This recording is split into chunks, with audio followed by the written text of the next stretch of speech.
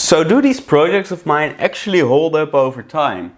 Well, today we're going to take a look at the terrarium I made a month ago, 3 months ago and 8 months ago to see how they're doing today and if they need any maintenance. So definitely sit back, like the video, grab a snack and let's dive into it.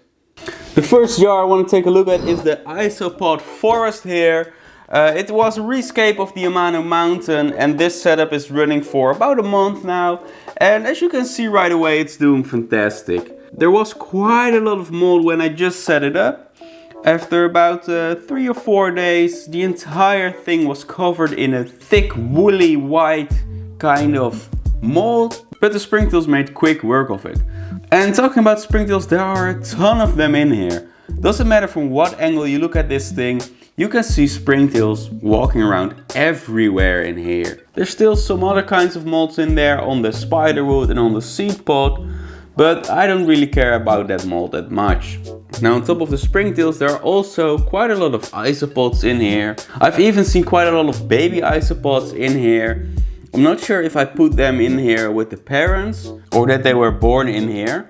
Either way, I'm really happy to see them in here. And this one doesn't need any maintenance. We could leave it as is, but I want to do a little bit of work on here to make it just a little touch better. Now for the actual maintenance on this tank, I just want to cut up this pilea a little bit so it can grow a bit more bushy and not as stringy as it is doing right now. So I'm gonna take off a few tiny little bits like this. And let's see, like this.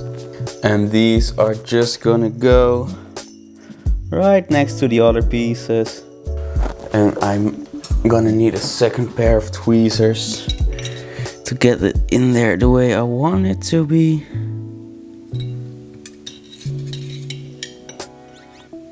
And this bit can go down there. Alright, great. That's everything I wanted to be done. Nothing more has to be done. Looks wise, it can just go back onto the shelf for another few months, maybe even a year before we have to do anything else at all. Next up is the waterfall in a vase, and this one is gonna be the most work and also gonna be the hardest one to surface. And there's a cat, of course, why not? Oh, she's going away now. This bad boy has been set up for about 3 months now and nearly all the plants are doing fantastic. The only one that's a bit is the Opiopogon Kyoto. It has a lot of dead leaves, but we're gonna cut the dead portion off and then all the plants will be doing fine. I also want to do a water change because there's quite a lot of debris in the bottom and there's quite a lot of algae on the glass, so we're gonna scrape that off as well. Now, when setting up this one, I noticed that taking water out when the water level is this low is quite challenging. So what I'm actually gonna do is I'm first gonna cut up the plants, then I'm gonna scrub the glass, and then I'm gonna fill it up with more water, and then I'm gonna siphon out everything at once. And I think that will be the best option. So yeah, let's go, let's do it.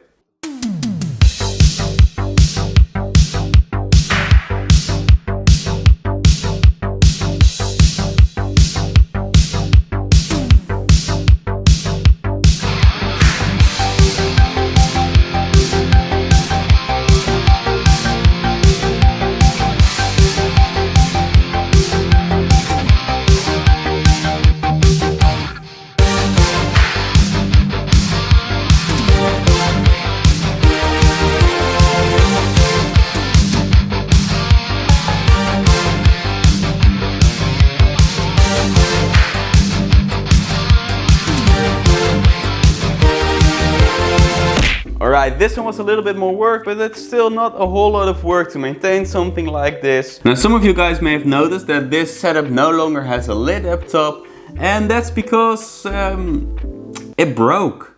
When building this thing I kind of rushed the lid and didn't properly seal it, which resulted in it absorbing a lot of moisture, and within a month or so it was completely curved.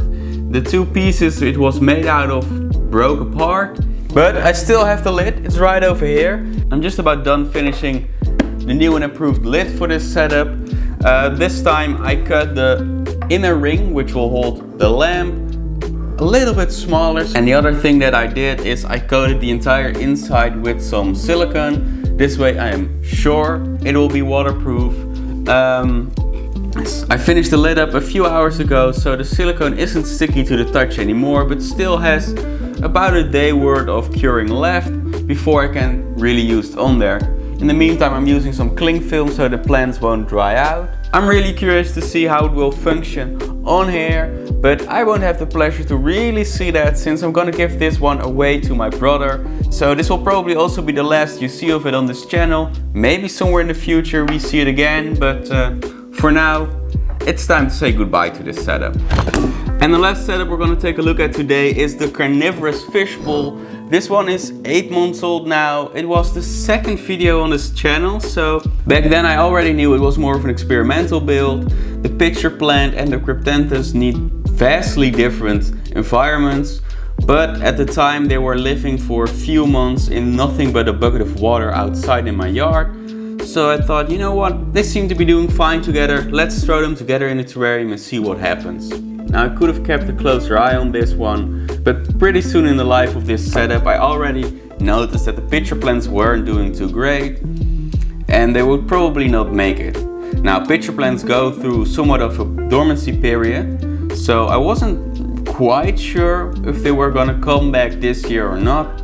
But we're now into spring, there's no signs of them coming back. Meanwhile, I've got a few pitcher plants in my yard as well. All of those are growing fantastic at the moment, so I think it's safe to say the pitcher plants didn't make it. The moss is completely dried out. This setup was a bit of a failure.